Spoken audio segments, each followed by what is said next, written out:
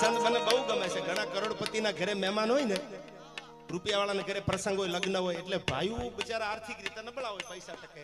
અને હું ઘણી વાર કહું છું કે માલ એ તો મોહબ્બત હે યાર. બાપુ ઘણા કહે છે રૂપિયા હાથનો મેલ છે. જીગરસિંહ, એ મેલ વાળાને કહેજો કે તમે માતાજીના હમસે લોન ન કરાવતા, રોકડે લઈ લો. એ તો જેને વીઠી હોય એને ખબર હોય યાર પૈસાની તાકાત શું છે.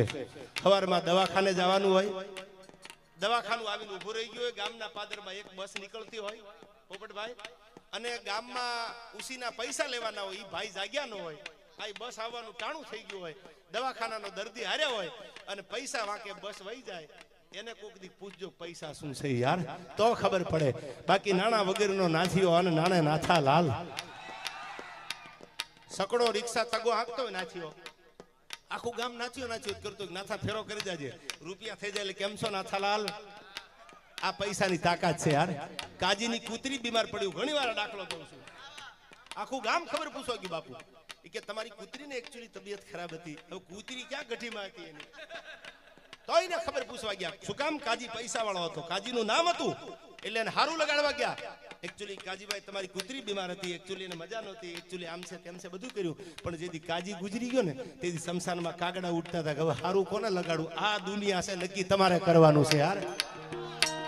આવા ભગવાધારી એક દી મહેમાન બન્યા હતા બિલખાના પાદરમાં જુનાગઢ આગળ, અને કીધું કે તારામાં તેવડ હોય તો દીકરો ખાંડીને ખવડાવી દે. એ તો હતો ભગવાન, પણ તેથી કીધું તું તો હવે સાંભળી લો, દીકરો ખાંડીને ખવડાવી દઉં. અનુપમા જો એનો વાંધો નથી, પણ કોક દી ગાવા ઇતિહાસ યાદ રાખજો યાર. ઘણા બેનો આહુડા પાડતા હોય છે, અનુપમા દુખી બહુ છે, અનુપમા દુખી બહુ છે. કોક દી મુંબઈમાં આટો જ મારો, એ જલસા કરે છે.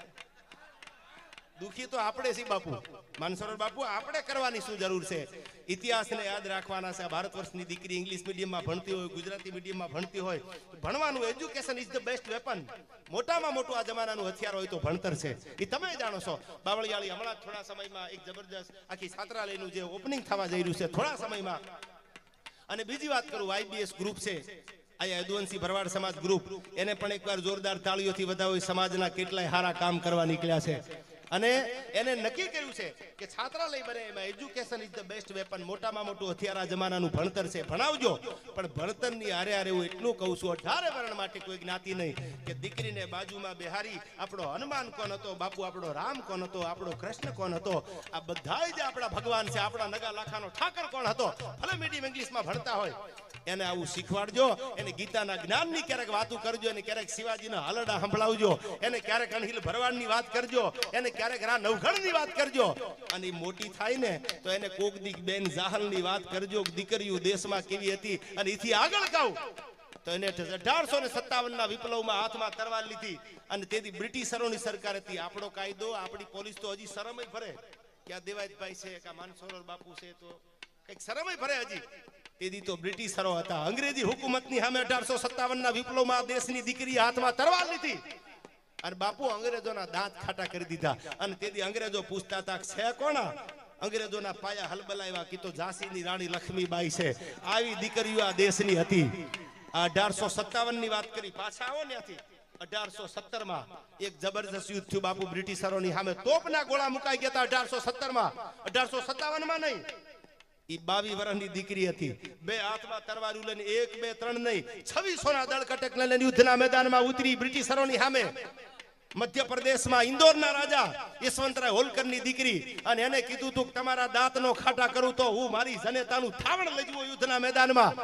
એ ભીમાબાઈ નામની દીકરી હતી. આવી દીકરીઓના ઇતિહાસ કોકની વાંચજો. આ દેશની હરેક દીકરી ઝાંસીની રાણી લક્ષ્મીબાઈ છે, આ દેશની હરેક દીકરી ભીમાબાઈ જેવી છે. અને આ દેશની હરેક દીકરી સાંભળી લેજો તમે ધારે ને તો એ 9 લાખ લોબડિયાળી જગદંબા છે.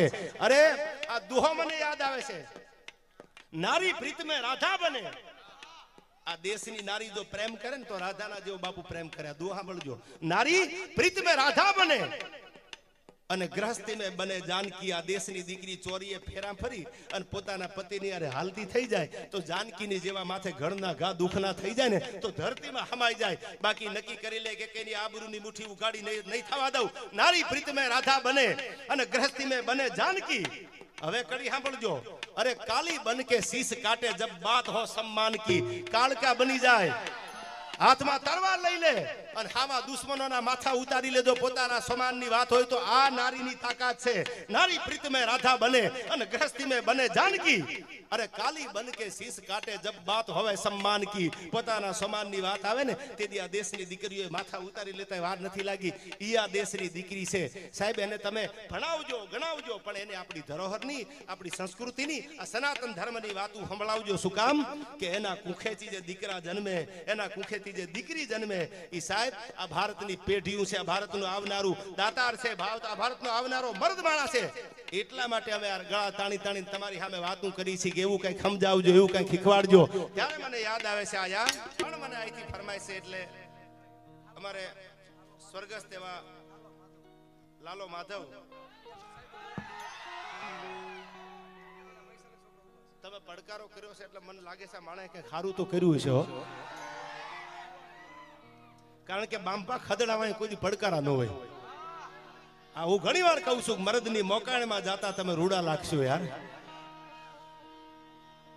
પણ બાયલાની જાનમાં ન જાતા કોઈ દી આ કાંઈ કઈ વાતો હવે એકચ્યુઅલી શું થાય છે હવે શું થાય છે કાંઈ કરવાનું શું હોય ભાઈ લડી લેવાનું હોય માથે પડે તો હવે પ્રોગ્રામ કર્યો તો માનસરોવર બાપુના સાનિધ્યમાં એક જબરજસ્ત લોક ડાયરો બાપુએ આયોજન કર્યું હતું અને મેં બાપુને કીધું હતું મેં કે બાપુ હાંકડું બહુ ખખડાવે છે હવે સહન નથી થતું અને બાપુ અમારે ત્યાં જબરજસ્ત ડાયરો પહેલો એલો મને એમ થયું કે સાલું આ બાજુ આપણા ડાયરા આપણી સાહિત્યની ભાષા પણ તમારા બધાનો પ્રેમ એવો છે અમારી સાથે કે લોક સાહિત્યને એક એક વાતને આજના યુવાનો ઝીલે છે આમ એક એક વાતને આમ પકડે છે છીપલામાં જે મોતી હોય ને એમ એક એક વાતને પકડતા જાય છે ત્યારે અહીં સ્વર્ગસ્થ એવા લાલાભાઈ માટે આ મારે બે કડી ગાવી છે હાકનો પડકારો કરજો પૈસા હોય તો આ સુધી ગોળ કરવા આવજો ન હોય તો હું સમજુ છું ભાઈ એમાંય મુંજાતા નહીં એ તો સમય બલવાને નહીં પુરુષ બલવાને યાર એ તો સમયના વાજા છે મુકેશભાઈ ત્યારે મને યાદ આવે છે આ સાહેબો ગોવાળીઓ બે કડી મને કીધું છે એટલે માટે કે સાહેબો રે એ ગોવાળીઓ રે મારો મીઠડો રે ગોવાળીઓ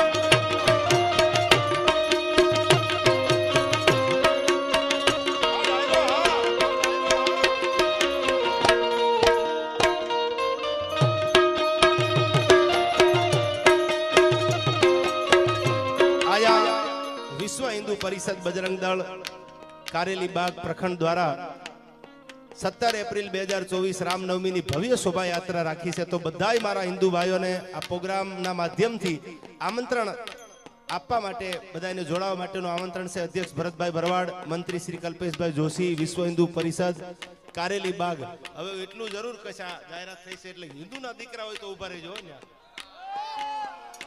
ખાલી તમારો બધોય સમય મેલી અને રામ આપણો બાપ છે, દ્વારકા વાળો આપણો બાપ છે. આવું જો સરસ મજાનું વડોદરાની ધરતીમાં આયોજન થતું હોય તો આમાં જેટલા ઊભા છો અને આ માઇકથી જેટલા સાંભળે છે એ હિન્દુના દીકરા હોય તો એમાં ઊભા રહી જાયજો. તિલક તાણીને કોની તેવડ છે લાંબી આગળી કરીએ કે હવે આ જમાનો આવી ગયો છે યાર. એટલે બધાય મોટી સંખ્યામાં આમાં હાજરી આપશો એવી તમને નમ્ર નિવેદન છે, રિક્વેસ્ટ છે. ભરતભાઈને પણ ખૂબ ખૂબ તાળીઓથી અહીંથી કલ્પેશભાઈને વધાવો જેને સરસ મજાનું આવું આયોજન